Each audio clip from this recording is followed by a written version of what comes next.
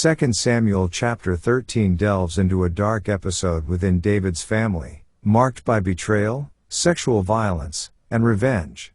The chapter begins with Amnon, David's son, tormented by his intense desire for his half-sister Tamar, who is the full sister of Absalom.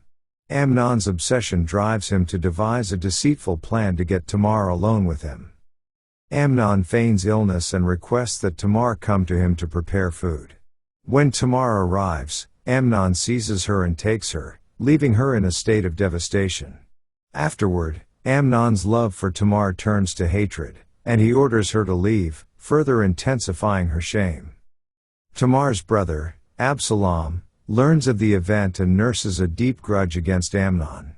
He bides his time for 2 years before inviting all of David's sons, including Amnon, to a feast. At the feast, Absalom's servants carry out his plan, murdering Amnon in an act of revenge. Let's now read 2 Samuel chapter 13. And it came to pass after this, that Absalom the son of David had a fair sister, whose name was Tamar, and Amnon the son of David loved her. And Amnon was so vexed, that he fell sick for his sister Tamar, for she was a virgin, and Amnon thought it hard for him to do anything to her. But Amnon had a friend, whose name was Jonadab, the son of Shimea David's brother, and Jonadab was a very subtle man. And he said unto him, Why art thou, being the king's son, lean from day to day? Wilt thou not tell me? And Amnon said unto him, I love Tamar, my brother Absalom's sister. And Jonadab said unto him, Lay thee down on thy bed, and make thyself sick, and when thy father cometh to see thee, say unto him, I pray thee, let my sister Tamar come, and give me meat, and dress the meat in my sight, that I may see it, and eat it at her hand. So Amnon lay down, and made himself sick, and when the king was come to see him, Amnon said unto the king, I pray thee, let Tamar my sister come, and make me a couple of cakes in my sight, that I may eat at her hand. Then David sent home to Tamar, saying, Go now to thy brother Amnon's house, and dress him meat. So Tamar went to her brother Amnon's house, and he was laid down. And she took flour, and kneaded it, and made cakes in his sight, and did bake the cakes. And she took a pan, and poured them out before him, but he refused to eat. And Amnon said, Have out all men from me. And they went out every man from him. And Amnon said unto Tamar, Bring the meat into the chamber, that I may eat of thine hand. And Tamar took the cakes which she had made, and brought them into the chamber to Amnon her brother. And when she had brought them unto him to eat, he took hold of her, and said unto her, Come lie with me, my sister. And she answered him, Nay, my brother, do not force me, for no such thing ought to be done in Israel, do not thou this folly. And I, whither shall I cause my shame to go? And as for thee, thou shalt be as one of the fools in Israel. Now therefore, I pray thee, speak unto the king, for he will not withhold me from thee. Howbeit he would not hearken unto her voice, but, being stronger than she, forced her, and lay with her. Then Amnon hated her exceedingly, so that the hatred wherewith he hated her was greater than the love wherewith he had loved her. And Amnon said unto her, Arise, be gone. And she said unto him, There is no cause, this evil in sending me away is greater than the other that thou didst unto me. But he would not hearken unto her. Then he called his servant that ministered unto him, and said, Put now this woman out from me, and bolt the door after her. And she had a garment of divers colors upon her, for with such robes were the king's daughters that were virgins apparelled. Then his servant brought her out, and bolted the door after her.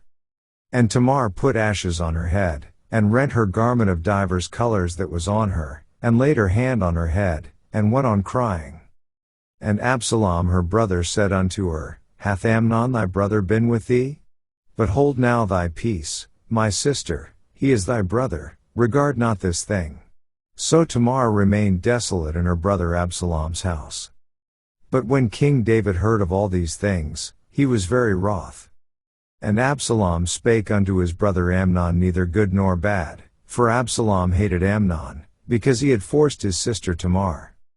And it came to pass after 2 full years, that Absalom had sheep shearers in Baal-hazor, which is beside Ephraim, and Absalom invited all the king's sons. And Absalom came to the king, and said, Behold now, thy servant hath sheep shearers, let the king, I beseech thee, and his servants go with thy servant. And the king said to Absalom, Nay, my son, let us not all now go, lest we be chargeable unto thee. And he pressed him, howbeit he would not go, but blessed him. Then said Absalom, If not, I pray thee, let my brother Amnon go with us. And the king said unto him, Why should he go with thee? But Absalom pressed him, that he let Amnon and all the king's sons go with him. Now Absalom had commanded his servants, saying, Mark ye now when Amnon's heart is merry with wine, and when I say unto you, Smite Amnon, then kill him, fear not, have not I commanded you? Be courageous, and be valiant. And the servants of Absalom did unto Amnon as Absalom had commanded. Then all the king's sons arose, and every man gat him up upon his mule, and fled. And it came to pass, while they were in the way, that tidings came to David, saying, Absalom hath slain all the king's sons, and there is not one of them left. Then the king arose, and tare his garments, and lay on the earth, and all his servants stood by with their clothes rent. And Jonadab, the son of Shimea David's brother, answered and said, Let not my lord suppose that they have slain all the young men the king's sons, for Amnon only is dead, for by the appointment of Absalom this hath been determined from the day that he forced his sister Tamar. Now therefore let not my lord the king take the thing to his heart, to think that all the king's sons are dead, for Amnon only is dead. But Absalom fled. And the young man that kept the watch lifted up his eyes, and looked, and, behold, there came much people by the way of the hillside behind him. And Jonadab said unto the king, Behold, the king's sons come, as thy servant said, so it is. And it came to pass, as soon as he had made an end of speaking, that, behold, the king's sons came, and lifted up their voice and wept, and the king also and all his servants wept very sore. But Absalom fled, and went to Talmai, the son of Ammihud, king of Geshur. And David mourned for his son every day. So Absalom fled, and went to Geshur, and was there 3 years.